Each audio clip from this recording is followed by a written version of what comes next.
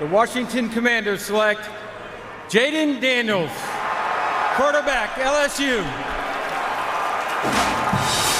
Again, what a season he had. Combined rushing and passing over 5,000 yards and 50 touchdowns. He won the Heisman, the Walter Camp, the Unitas, the O'Brien, and Manning Awards, and was the AP College Football Player of the Year. You mentioned that he started at Arizona State, started 3 seasons there, 2 in Baton Rouge. So he's 23 years old with lots of experience. The frame, Lewis, is what everyone talked about. All right, that's by the way, that's Mike Greenberg. Yeah. He sounds odd. Ancient. Yeah. Is he 85 years old? No, I don't think so. But chalk so far. I mean, 1, 2, 0 surprises. Yeah, we knew this. Yeah. But and you said earlier in the show, but worth repeating for new listeners who are just tuning in, Andrew Nemick is here with us today. And tomorrow, by the way, to cover the draft. You know, you're not high on Jayden Daniels. No, and there's some stuff to like. I mean, 12,000 yards passing, 3,000 yards rushing in his career, the first player to ever do that in college football. In a clean pocket, he has a passer rating of 146.2. That's phenomenal. When he's under pressure and he does throw, his passer rating is 123.4. That's second only behind Bo Nix. Those are the things to like. The rest I'm really concerned about. And Robert Mays said this and put this beautifully from The Athletic. It's weird to watch his highlights and also take away from it, and everyone says the same thing. He is the least creative quarterback in this draft. He's going to throw to his first read, or he's going to run. If he does almost anything else, we've got an issue. He completed 70% of his passes accurately on his first read. Once he gets to his second read, his accuracy number drops to 40%. Oof. That is awful. The other issue, under pressure. For an example, Michael Penix under pressure threw the ball 71% of the time to a receiver, not threw it away. Daniels is at 36%. Only a third of the time that he's pressured does he throw to a receiver.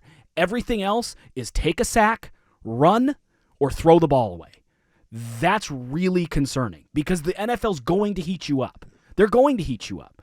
And when they do, so far, Jayden Daniels a quarter of the time takes a sack, a third of the time he runs, a third of the time he tries to throw, and everything else is and when he does get hit, you watch his tape. When he runs and he gets hit, he takes bigger hits than just about anyone I've seen. It looks like a Looney Tunes cartoon. And he has said that he is not going to change the way he plays. Is that he's what do you say? God's got me.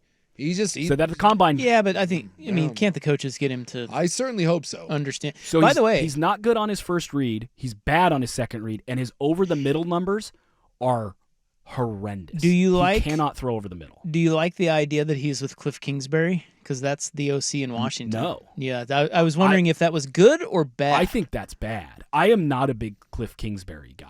So I just don't get this. And I was talking to Suke about this, and this has been brought up by a number of people. He is not like Lamar Jackson because Lamar Jackson is really good at feeling out the pocket, creating time, and throwing off platform. Jayden Daniels has an average arm, and he ran to throw. In other words, he ran to create time and threw off platform about half as much as Michael Penix, who is practically a statue as a thrower. So Jayden Daniels, as athletic as he is, he does not throw off platform, and he can't because he has a very average arm. All of that said, he's an electric athlete, and if he does figure it out, he's got a chance to be very good. But the tools are really concerning. He doesn't read the field well, and he is not a decisive thrower. It's and scary that's that concerning. when your weaknesses are things that in the NFL really hamper you, that's a big concern. I don't like to throw when I'm pressured. I don't like to throw over the middle, and I don't like to slide. I love to take a hit, and by the way, I'm roughly 180 pounds. And I've said it many times over the last handful of months. The NFL game really right now is about controlling the middle of the field, and it's where defenses are vulnerable. Defenses are making you go over the middle, and we'll see if he can adjust. And because there are weapons there in Washington, that's not a bad roster. He's got some guys to throw to. There's some pieces around him. They went and got Austin Eckler to be in their backfield as well. So it's not like he's going to a completely barren situation. And when you look at it, he's not like Lamar Jackson, who he's a lot like in the way he plays and in his flaws and his strengths was Justin Fields. Except Fields was bigger. Fields was a more dynamic runner. and Fields had a much bigger arm. But they're very similar numbers in when I throw to my first receiver, I'm highly successful. When I go to my second receiver, I'm in a little bit of trouble, and also I like to run way too much. That's his profile. He's almost a carbon copy, except he's much, much, much thinner. I don't see a poor man's Justin Fields being a ringing endorsement for Jayden Daniels. Our draft gnome is not high on him. We'll see. Bears, Caleb Williams. Commanders, Jayden Daniels. We're going to keep it here because the Patriots pick is in. They're about to reveal that. Fourth pick goes to Arizona, who is currently on the clock. Fifth, Chargers. Sixth, Giants. Seventh, Titans.